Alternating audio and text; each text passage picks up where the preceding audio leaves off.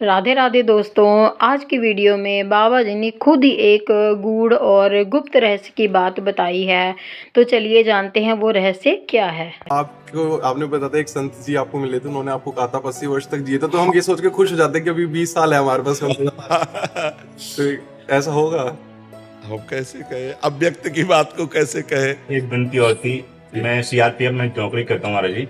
हमारे बल में कोई दिन भाग ही जाता है, कोई ना कोई जवान सुस्त कर लेता है इस स्ट्रेस से। इसका कारण देखो, कई बार हमने ऐसा संदेश दी, वैसे आपको बहुत सुनते हैं जी। हमने आर्मी के एक बैच आए थे, पूरे सब आर्मी के ही बैठे थे, तो सबसे प्रार्थना की थी कि बाहरी शत्रु को मारने में आप प्रवीण हैं, आपके पास अस्त्र है, निशाना है, आपको शिक्षा दी गई, लेकिन आंतरिक शत्रु उसके लिए गोली काम नहीं करेगी और ये शिक्षा काम नहीं करेगी, उसमें अध्यात्म काम करेगा। तो ये जो आंतरिक शत्रु काम है, क्रोध है, लोभ है, मोह है, मद है, मत्सर है, करने से कोई 5 स्टार होटल थोड़ी कि आप वहां जाओगे बड़े आनंद से कटोगे, भूत प्रेत बनोगे, मरोगे, हजारों वर्ष उद्धार का अवसर नहीं मिलेगा। तो ये क्यों करो? आप जो सेवा कर रहे हो उसमें पुष्ट रहो। आप भाई, इस संसार का नाम है परिवर्तनशील, यहां सब कुछ परिवर्तित होता है। आप अपने को परिवर्तित क्यों नहीं कर रहे? आप क्यों बंधे हुए हैं उसी बात में कि वो अगर पूरी नहीं हुई तो मैं कर लूंगा, अगर हार गया तो स्केट हो गया, खेल में हार गए तो, पढ़ाई में हार गए तो, किसानी में हार गए तो, ये सब क्या है? अज्ञान की धरा है। नहीं, हम सबसे प्रार्थना करते हैं, राधा नाम जपो, हरि नाम जपो, कृष्ण नाम जपो, शिव नाम जपो, जो नाम प्रिय हो नाम जप करो, और थोड़ी देर सत्संग सुनो तो तुम्हारी बुद्धि शुद्ध रहेगी और तुम आंतरिक शत्रुओं पर आप अपना अधिकार जमा सकते हो। अभी वो हमारे ऊपर अधिकार। महाराज जी, आपको सुनता रहता हूँ, तो उससे हो जाएगा उद्धार? बिल्कुल हो जाएगा, पक्का। तुम क्या समझते हो, पुत्र के बहाने नारायण पुकारा तो कल्याण हो गया, और तुम जानकर नारायण को पुकारोगे तुम्हारा कल्याण नहीं हो जाएगा? पक्का कल्याण हो जाएगा। हम कह रहे हैं जीवन में एक बार राम बोला, एक बार राधा बोला, एक बार हरि बोला, एक बार शिव बोला, तो रजिस्टर में तो लिखा होगा कि एक बार बोला। अब एक बार का हिसाब करो, हार जाएगा, हिसाब करने वाला हार जाएगा, क्योंकि हर पाप असत वृत्ति है, और शिव नाम, राम नाम, हरि नाम, कृष्ण नाम, राधा नाम, ये सत है। सत से असत की तुलना हो ही नहीं सकती, और सत का हिसाब त्रिभुवन से नहीं हो सकता, क्योंकि ये भी असत है। आ ब्रह्म स्तंभ पर्यंतम सर्वम मायामयम जगत, सत्यम सत्यम पुनः सत्यम, हरेर नामयु केवलम, हरेर नामयु, हरेर नामयु, हरेर नामयु केवलम, कलौ नास्तेव नास्तेव नास्तेव गति अन्यथा, केवल भगवान नाम। आप नाम जप कीजिए, सत्संग सुनिए, पक्का आपका कल्याण होगा। महाराज जी, कल के अवतार में आप ही आएंगे ना? अब यार ये बात महाराज, मुझे लगता है आप ही आएंगे। आप अभी कृष्ण के रूप। अभी आपने नौकर को देखा है, मालिक का नक्शा कहाँ देखा है? अंगद ने कहा, तुम जिसे बार बार बार बार मनुष्य कहता, मैं उनका क्षुद्र दूत हूं रावण, देख मैं राम का दूत हूं, तेरी सभा में कोई पैर उठा दे ऐसा वीर नहीं पैदा हुआ, और ताल ठोक के पैर जमा दिया, कोई उठा नहीं पाया। वो रामदास का प्रताप था, राम जी का प्रताप तो बाकी है अभी। ये भगवान के दास का प्रभाव है, उनके सेवक का प्रभाव है। स्वामी का प्रभाव तो फिर और कुछ है। स्वामी का हमारे प्रभाव तो लोकपति अनंत ब्रह्मांडों के स्वामी को भी अपने अधीन किए हुए हैं। जाके अधीन सदा सावरो, या ब्रज को सिरताज, हमारे माई श्यामा जी को राज। हमारा जो स्वामी का राज्य है वो तो फिर बहुत है। अभी तो दास की एक छोटी सी झलक देख रहे हो, नहीं? एक दास के ऊपर कृपा किरण लाडली जी की हुई तो आनंद की लहर मचा दी, नहीं मचा दी? आप देखो, हमें आश्चर्य होता है, हमें खुद, जब हम 2 बजे रात्रि के निकलते हैं, लोग यहाँ से वहां तक खड़े होते हैं, बच्ची बच्चा सब नाचते होते हैं। ऐसी ठंडी पड़ रही कि रजाई के, आज बारिश भी है, लेकिन आज भी थे खूब लोग खड़े। हो, ठंडी हो, रहना है वहाँ। हाँ, और खड़े में रहे हैं वहाँ। हाँ, बजे से लेके 4 बजे तक। हाँ, घंटों खड़े रहे। जतिन जी, न्यू दिल्ली से। राधा वल्लभ श्री श्री हरिवंश महाराज जी। महाराज जी, आपके श्रीमुख से ये सुना है कि कोई 1000 बार हरि हरि बोले, उसे वही फल मिलता है जो भगवान के किसी प्रेमी संत से एक बार नाम ले ले या मिल जाए। ऐसा नाबाजी ने कहा है, 1,00,000 बार हरि हरि कहे, एक बार हरिदास। भगवान के किसी प्रेमी भक्त को आर्त भाव से पुकार लो। हरि को निज यश ते अधिक, भक्तन यश पर प्यार, ताते यह माला रची कर ध्रुव कंठ सिंगार। भक्तन की नामावली जो सुनी है चितलाए, ताके भक्ति बढ़े घनी अरु हरि होय सहाय। अजहू सोच विचार के गई भक्तन पद ओट, हरि कृपाल सब पाछली क्षमी है तेरी खोट। यदि दासानुदास बन जाया जाए तो बहुत जल्दी भगवान की कृपा हो जाए। अगर हम भगवान के किसी प्रेमी भक्त का स्मरण करें, सुमिरन नाम पवित्र अति, दरस परस अघनाश, संत दर्शन से, संत सुमिरन से समस्त पापों का नाश हो जाता है। कोटि कोटि यज्ञों का फल केवल संत दरस के लिए अभिमान रहित होकर चलो तो आपको प्राप्त होने लगेगा। संत दरस को चालिए तज माया अभिमान, ज्यों ज्यों पग आगे बढ़े कोटिन यज्ञ समान। ये चलते फिरते संगम है प्रयागराज, मुद मंगल में संत समाजू, जो जग जंगम तीरथ राजू। मात्र दर्शन से, अवगाहन तो कोई बिरला ही कर पाता है संत का, मात्र दर्शन और स्पर्श और संभाषण से ही समस्त पापों का नाश करके हृदय में मंगलमय आनंद की, भगवदानंद की स्फूर्ति कर दे। तभी तो तात स्वर्ग अपवर्ग सुख, धरी तुलाए कंग, तूलन ताय सकल मिली, जो सुख लव सत्संग। सत्संग का बहुत बड़ा प्रभाव। लंकिनी को एक घूंसा मारा, बोले तात मोर अति पुण्य बहुता, देखे लयल राम कर दी सत्संग हो गया। हनुमान जी का एक घूंसा पड़ा, लंकिनी से सत्संग हो। कभी कभी संतों की डांट फटकार भी सत्संग हो जाती है। तो सौभाग्यशाली जो संत शासन में रहते हैं। महाराज जी ये कैसे तय होगा कि ये संत हैं? भगवान जैसे सोई जाने जे देव जनाई, तो ऐसे भगवान से प्रार्थना करो तो अपने संत से मिला देंगे। मात संगस्त दुर्लभ हो, देवर्षि नारद जी ने कहा, पर अगम्यो, जल्दी कोई लाभ नहीं ले पाता। पर अमोघस्य, यदि श्रद्धा कर ले गए और निर्वाह कर ले गए तो अमोघस्य, निश्चित भगवत प्राप्ति हो जाएगी। ऐसे महात्माओं का मिलना बहुत कठिन होता है, पर कभी कभी जैसे बरसात का महीना हो तो ऊसर में भी वर्षा होती है, ऊसर को भी जल पीने का सौभाग्य मिल जाता है। हाँ, अगर शिष्य की श्रद्धा बहुत जोर की है तो गुरु को जाके हाथ पकड़ना पड़ेगा। अगर शिष्य की श्रद्धा कमजोर है तो फिर गुरु घसीट लेगा उसको अपने पास, घसीट लेगा। वैसे भी महाराज जी, भागवत जी का कहना है कि गुरु को ढूंढने की आवश्यकता नहीं है जी। यदि आप योग्य हैं तो गुरु स्वयं आपके पास चले जाएंगे। जैसे राजा परीक्षित को गुरु को ढूंढने की आवश्यकता नहीं पड़ी जी। देव जी महाराज पर गर्भ में ही भगवत साक्षात्कार किए हुए महापुरुष परीक्षित हैं, अद्वितीय हैं। ऐसा दूसरा परीक्षित जैसा मिलना बहुत कठिन है।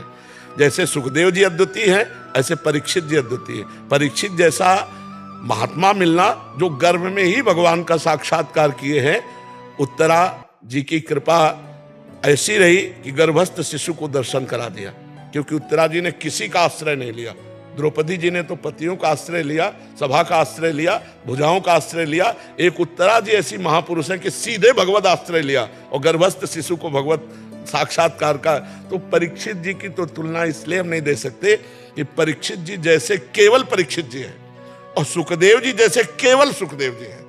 ये अद्वितीय पार्षद है। परीक्षित जी जैसे आज तक उदाहरण में हमें बता दो तो हमें दोनों प्रमाण मिलते हैं कि भगवान की भक्ति से संपन्न जो सदगुरुदेव भगवान है, कभी कभी अनाधिकारी को भी स्वयं पकड़ करके और भगवत प्राप्त करा देते हैं, और कभी कभी अधिकारी के यहाँ जा करके उसे स्वीकार करके भगवत प्राप्त करा देते हैं। दोनों उदाहरण प्राप्त होते हैं जी। राधे राधे महाराज जी। महाराज जी, मैं पुलिस में कार्यरत हूँ। महाराज जी, जीवन में बहुत अधिक उतार चढ़ाव आ रहे हैं। चुनौतियों का सामना करने के लिए आंतरिक मजबूती मैं कैसे लाऊं? खुद को भगवत मार्ग पे प्रारंभ करना चाहती हूँ। हाँ, नाम जप में, नाम जप बल है। जितना नाम जप करोगे उतना बलवान हो जाओगी।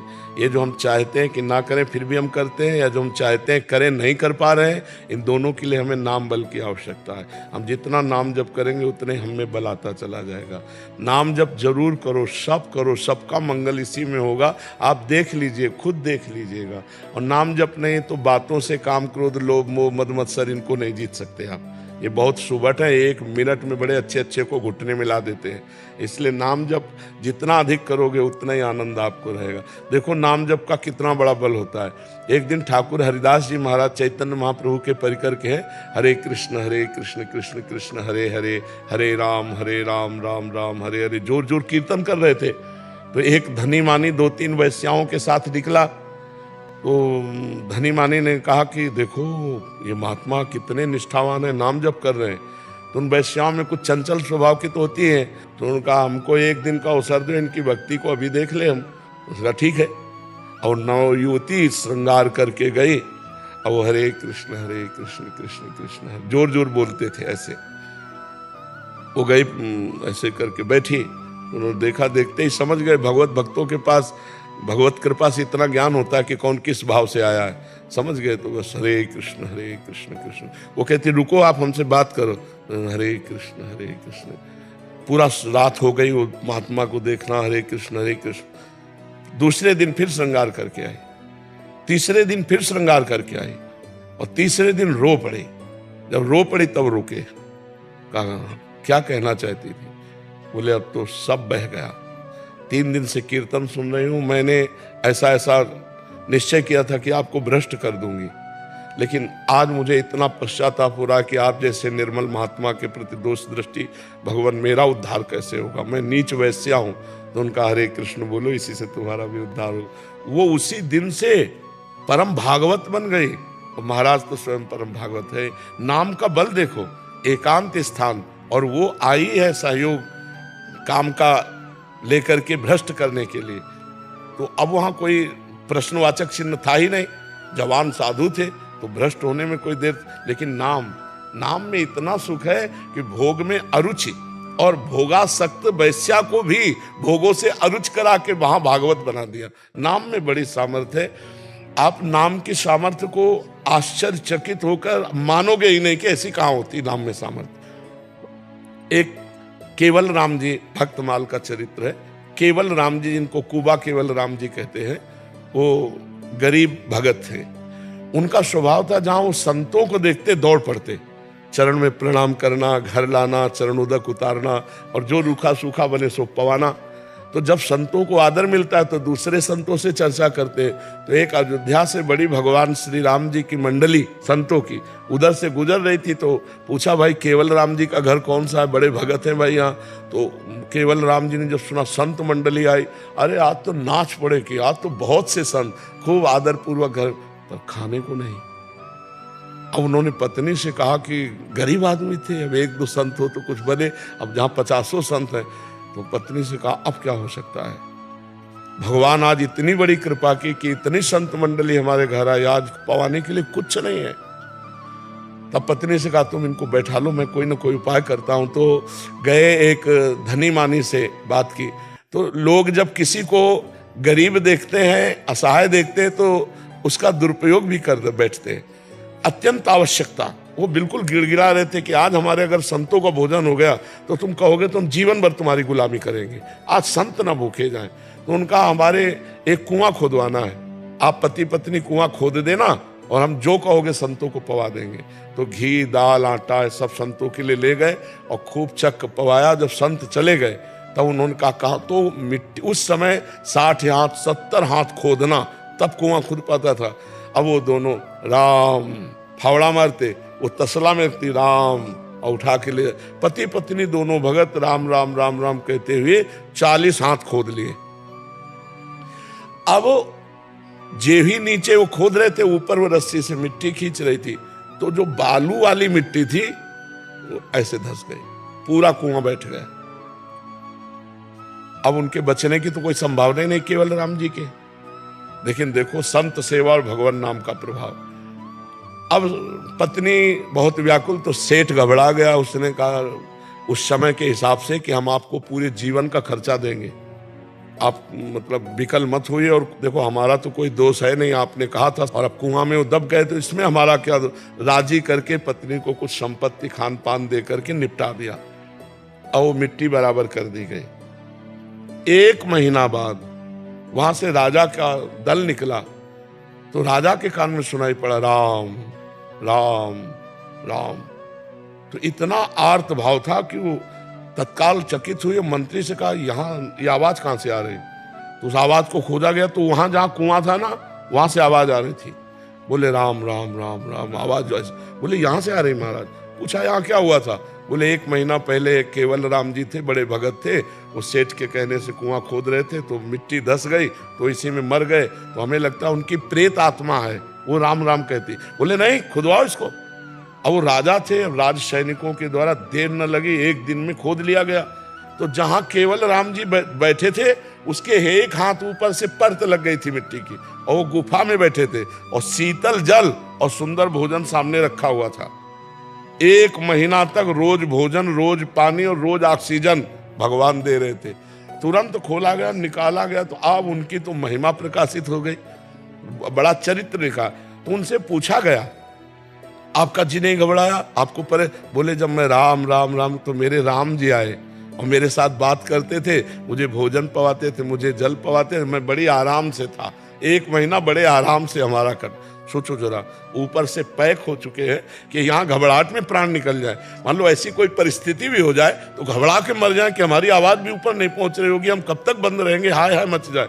लेकिन राम राम राम राम राम। भगवान शिव ने जो हलाहल विष समुद्र में निकला, रा कह के पी लिया और मां से बंद। राम नाम से नीलकंठ में, कंठ में एक जरा बूंद भी पानी का रोकना कठिन है। भगवान शिव ने हलाहल विष को भगवान के नाम के प्रभाव से रोक लिया। तो नाम में अपार सामर्थ्य है। यदि हम लोग नाम जप करें तो जो करना चाहिए वो हम कर पाएंगे, जो नहीं करना चाहिए उसे हम त्याग देंगे। अगर नाम नहीं जप है तो केवल बातों से तो ऐसा होना संभव है। ऐसे ही गूढ़ रहस्यों से भरपूर मज़ेदार किस्से, कहानियाँ, कथाएं सुनने के लिए बाबा जी के मधुर वचनों में प्लीज़ चैनल को सब्सक्राइब करें और ज़्यादा से ज़्यादा शेयर करें और कमेंट्स में राधे राधे ज़रूर लिखें, ताकि हमें भी मोटिवेशन मिलता रहे ऐसी ही वीडियो बनाने का। तो मिलती हूँ मैं आपको नेक्स्ट वीडियो में ऐसी ही किसी बाबा जी की रोचक कथा के साथ। तब तक अपने घरों में स्वस्थ रहें, मस्त रहें, एंजॉय करें लाइफ और भजन कीर्तन करते रहें। राधे राधे। आपको मैं थोड़ी सी भजन की लाइन सुनाती हूँ, अगर आपको अच्छी लगी तो। मुरली की हर तान पे राधा का नाम सजे रे, मुरली की हर तान पे राधा का नाम सजे रे।